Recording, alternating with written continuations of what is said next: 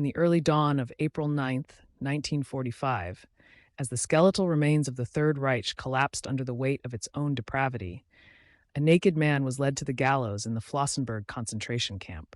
To his executioners, he was merely prisoner number 172, a traitor to a dying regime. To the world, however, Dietrich Bonhoeffer was the man who had traded the safety of a brilliant academic career and the sanctuary of a peaceful pastorate for the jagged edges of a political conspiracy. He was a man of God who had concluded that the only way to truly follow Christ was to participate in a plot to kill the Antichrist of his age. His life stands as a haunting, beautiful paradox. A pacifist who embraced resistance, a scholar who found truth in a prison cell, and a martyr who viewed his own execution not as a tragic end, but as the ultimate beginning. Dietrich Bonhoeffer remains one of the most compelling and paradoxical figures of the 20th century. A man whose life and thought formed a seamless garment of resistance against the ideological eclipse of the Third Reich. To encounter Bonhoeffer is to meet a theologian who refused the safety of the ivory tower, trading the uneventful pastor's life his parents feared for a path of costly discipleship that ultimately led to the gallows at Flossenburg. His legacy is not merely found in the brilliance of his academic contributions, which attempted to bridge the chasm between transcendent revelation and the concrete reality of human community, but in the integrity of a life that did what he said. Bonhoeffer's journey was marked by a constant evolution, from a sheltered, musically gifted child of the German elite to an ecumenical leader, a clandestine seminary director, and eventually a political conspirator. He navigated the troubled waters of historical criticism and the even more treacherous waters of state-sponsored evil, always seeking to answer one central, driving question: what is Christianity, and indeed, what is Christ for us today? His answer was never static. It matured from seeing Christ as the center of the church to seeing him as the Lord over the whole world, calling followers into a solidarity with human suffering that transcends private piety. In an age of easy compromises, Bonhoeffer's narrative stands as a plumb line for authentic existence, demonstrating that true faith is not a retreat from the world, but a responsible plunge into its tempest.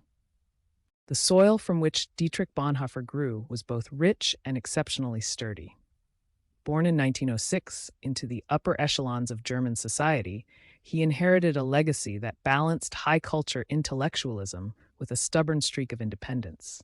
His maternal lineage was steeped in the history of the German Church. His great-grandfather, Karl August von Hase, was a storied professor of dogmatics, while his maternal grandfather served as chaplain to Wilhelm II.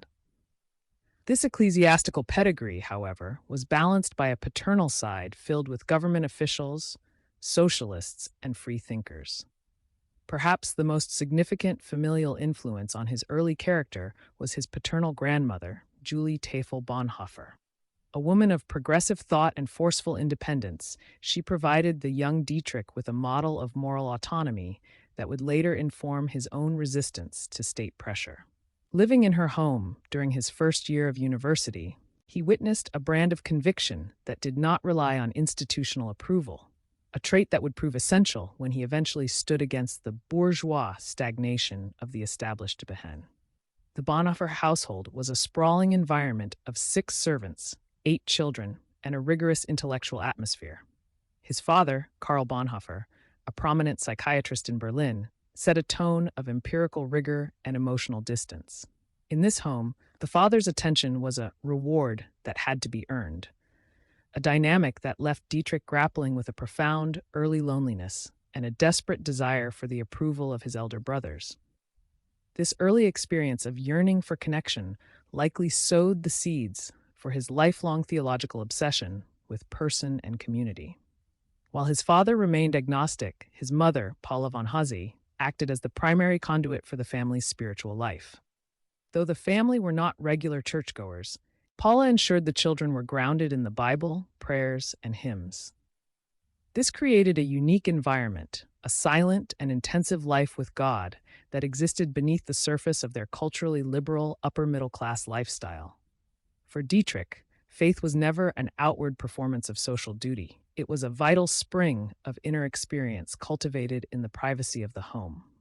The trajectory of Dietrich's life was irrevocably altered in 1917. The Great War, which had claimed so many of Germany's youth, struck the Bonhoeffer home when his older brother, Walter, was killed by shrapnel just 2 weeks after being called to the front. At 12 years old, Dietrich inherited Walter's confirmation Bible, a somber artifact that instilled in him a permanent awareness of the human cost of conflict. The overwhelming grief that enveloped his mother following Walter's death likely catalyzed Dietrich's early decision to offer himself to God's service. When, at the age of 13, he announced his intention to study theology, his siblings reacted with derision, viewing the church as a feeble, boring, and bourgeois institution. Bonhoeffer's response, "In that case I shall reform it," revealed a burgeoning prophetic confidence. His parents, meanwhile, feared he was wasting a brilliant musical talent. By age 10, he was already an accomplished pianist playing Mozart sonatas. Yet, the pull of the science of theology proved stronger than the allure of the concert hall. Bonhoeffer's academic career was nothing short of meteoric. After passing his entrance exams at 17, he moved through the universities of Tübingen and Berlin with startling speed. In 1924, a trip to Rome with his brother Klaus provided a pivotal shift in his perspective. For the 18-year-old Dietrich, the world-embracing grandeur of the Roman Catholic Church offered a sharp contrast to the provincialism of German Protestantism.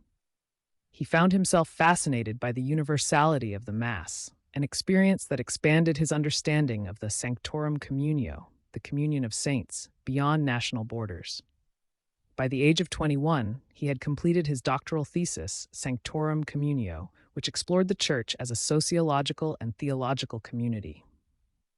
This was followed by his postdoctoral work, Act and Being, qualifying him to lecture at the University of Berlin by 1930. Throughout this period, he displayed a characteristic intellectual fearlessness, refusing to be intimidated by his professors and insisting on thinking for himself. Despite his academic accolades, Bonhoeffer initially viewed theology more as an intellectual science than a lived faith. A turning point arrived through his friend Franz Hildebrandt, who challenged him to move beyond the intellectual studying theology to a genuine engagement with Luther and the Bible. This theological conversion transformed him into a deeply convinced Christian, shifting his focus toward parish ministry and the practical life of the Church. This internal awakening was further refined by his international exposure. A year spent at Union Theological Seminary in New York, 1930 to 1931, introduced him to the social gospel and, more importantly, to the reality of racial injustice in America. Through his friendship with Frank Fisher, an African-American student, Bonhoeffer became deeply involved in the Abyssinian Baptist Church in Harlem. Hearing the preaching of Adam Clayton Powell and witnessing the struggle for civil rights in the segregated South, Bonhoeffer realized that his academic theology was incomplete. He began to see that the gospel must be earthed in the experience of the oppressed, a conviction that would soon become the foundation of his resistance against the racial ideologies of his own homeland. As the 1930s dawned, the academic serenity of Bonhoeffer's life was shattered by the political earthquake of the Nazi rise to power. For many in the German Protestant Church, Hitler's promise of national renewal was greeted with a fervor that bordered on the messianic. However, Bonhoeffer, sharpened by his time in Harlem and his growing ecumenical contacts, perceived the demonic nature of the regime with a clarity that eluded his peers. He understood that the Führer principle was not merely a political shift, but a theological heresy, an attempt to replace the sovereignty of God with the idolatry of the state. 2 days after Hitler became chancellor in 1933, Bonhoeffer delivered a radio address titled "The Concept of Leader and the Individual in the Younger Generation." In it, he warned that a leader who becomes an idol, who allows himself to be the ultimate authority, becomes a misleader for Führer. The broadcast was abruptly cut off before he could finish, a chilling omen of the censorship to come. This was the how of his early resistance, not yet through bombs, but through the rigorous application of truth to a culture drowning in propaganda. The crisis reached a breaking point with the introduction of the Arian paragraph, which sought to expel clergy of Jewish descent from the church. While many theologians debated the legalities, Bonhoeffer recognized this as a status confessionis, a situation where the very essence of the gospel was at stake. He argued that the church has three possible responses to the state: asking the state if its actions are legitimate, aiding the victims of state action regardless of their faith, and, most radically, falling into the spokes of the wheel to stop the machinery of injustice itself. When the official German evangelical church succumbed to Nazi influence, becoming the German Christians, Bonhoeffer became a founding member of the Pastors' Emergency League, which evolved into the Confessing Church. He refused to accept a church that defined itself by blood and soil rather than by the Word of God. This necessitated a painful separation. He was no longer just a scholar, but a dissident, a man whose citizenship was now firmly anchored in a kingdom that the Third Reich sought to eradicate. In 1935, the Confessing Church asked Bonhoeffer to lead an underground seminary at Finkenwalde. This period represented the practical laboratory for his most famous works, The Cost of Discipleship and Life Together. Here, he sought to answer the why of spiritual survival in a totalitarian state. How does a community remain faithful when the surrounding world is collapsing into nihilism? Finkenwalde was not a traditional school. It was a monastic experiment in holy worldliness. Bonhoeffer introduced daily meditation, corporate confession, and a rigorous rhythm of prayer, practices that many of his Lutheran students initially found too Catholic or un-German. Yet he understood that to resist a totalizing ideology like Nazism, one required a total spiritual formation. He taught that cheap grace, grace without discipleship, the cross, or the living Christ, was the mortal enemy of the church. Only costly grace, the grace that calls a man to come and die, could sustain a pastor in the face of the Gestapo. Throughout the mid-1930s, Bonhoeffer utilized his international connections to alert the world to the church struggle in Germany. He acted as a bridge builder, insisting that the ecumenical movement recognize the Confessing Church as the only legitimate representative of German Protestantism. His travels to London and his close friendship with Bishop George Bell of Chichester were vital. They ensured that the light of the German resistance was not entirely extinguished by the Iron Curtain of Nazi isolationism. As war became inevitable in 1939, Bonhoeffer faced a profound personal crisis. To avoid the draft and certain execution for refusing to serve in Hitler's army, he accepted an invitation to return to New York. However, almost as soon as he arrived, he felt a crushing sense of unreality. He realized that he could not participate in the reconstruction of Christian life in Germany after the war if he did not share in the trials of his people during it. In a letter to Reinhold Niebuhr, he wrote, "I will have no right to participate in the reconstruction of Christian life in Germany after the war if I do not share the tribulations of this time with my people." Against the pleas of his American friends, he boarded one of the last ships back to Germany. He was choosing to place his body in the spokes, transitioning from the role of a confessing pastor to that of a political conspirator. Upon his return to Berlin, Bonhoeffer found himself in a precarious position. As a known pacifist and a dissident pastor whose speaking and publishing privileges had been revoked by the Gestapo, he was a prime candidate for the front lines or execution. However, his brother-in-law, Hans von Dohnanyi, a high-ranking official in the Abwehr, military intelligence, facilitated a strategic entry into the world of espionage. By being recruited as a secret agent for the intelligence service, Bonhoeffer was granted a decedence from military service, ostensibly to use his international ecumenical contacts to gather intelligence for Germany. In reality, the Abwehr had become the nerve center of the German resistance.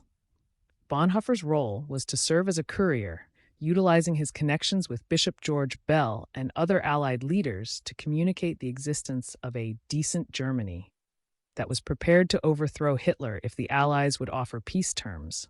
These were the mechanics of his subversion. He turned the tools of the state against the state itself, using official travel permits to build a bridge for a post-Nazi future. This transition from a confessing Christian to a conspiring one required a profound internal wrestling. Bonhoeffer had to navigate the moral imperative behind participating in a plot to assassinate a head of state an act that seemingly violated the commandment, "Thou shalt not kill," and the traditional Lutheran doctrine of obedience to authority. It was during these years of shadows that he wrote his Ethics, a work that redefined the nature of Christian responsibility. He moved away from an ethics of principles, where one simply follows a set of rules, to an ethics of responsible action. He argued that in a world gone mad, sticking to abstract moral purity was a form of cowardice. To remain innocent while millions were being slaughtered was, in his view, a greater sin than taking the guilt of a necessary murder upon oneself. He famously likened the situation to a drunken driver careening down the street. A pastor's job is not just to bury the victims or comfort the grieving, but to jump into the spokes and stop the driver. For Bonhoeffer, the assassination of Hitler was not a good act, but it was a necessary one, a sacrifice of his own moral reputation for the sake of his neighbor. Despite the constant shadow of the Gestapo, Bonhoeffer's personal life underwent a late, unexpected blooming. In 1942, he became engaged to Maria von Wedemeyer, a woman 18 years his junior and the granddaughter of one of his Finkenwalde supporters. This relationship provided a tether to the world of ordinary joys, a reminder of the life he was fighting to preserve. Their correspondence, conducted often through coded messages and smuggled notes, reveals a man who was deeply human, oscillating between the heavy burden of the conspiracy and the tender hope of a future marriage. However, the Abwehr circle was tightening. The Gestapo had long been suspicious of the Donani group. In April 1943, following the discovery of financial irregularities used to smuggle Jews into Switzerland, Operation 7, the authorities finally moved in. Bonhoeffer was arrested at his parents' home, not for the assassination plot, which remained undiscovered for another year, but for subversion of the armed forces. Bonhoeffer was taken to Tegel military prison, where he would spend the next 18 months. Initially treated with suspicion, his quiet dignity and pastoral care for both fellow inmates and guards eventually earned him a degree of respect. It was here, in the confinement of a cell, that his thinking underwent its final, most radical transformation, captured in his letters and papers from prison. He began to contemplate a religionless Christianity, observing that the modern world had come of age, meaning it no longer looked to a God of the gaps to explain what science could not. Bonhoeffer argued that the church must stop trying to make people religious as a prerequisite for faith. Instead, the Christian must live polyphonically, holding the love of God and the love of the world in a simultaneous, non-contradictory tension. He called for a holy secularity, where the follower of Christ is found not on the margins of life, but at its very center, sharing in the suffering of God in the world. The failed assassination attempt on Hitler on July 20th, 1944, the Valkyrie plot, signaled the end for the Abwehr conspirators. In the frantic investigations that followed, the Gestapo discovered the Zossen files, documents that explicitly linked Bonhoeffer, Donani, and Admiral Canaris to the long-standing conspiracy to kill the Führer.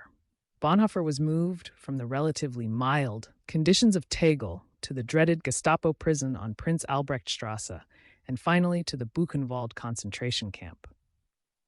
During this descent into the heart of the Nazi penal system, Bonhoeffer remained a source of spiritual strength for others. Fellow prisoners, including British officers and Russian dissidents, later recalled him as a man who radiated a peace that passed understanding. Even in the face of his own imminent destruction, he continued to act as a pastor, leading secret prayer services and offering words of life to those in the valley of the shadow of death.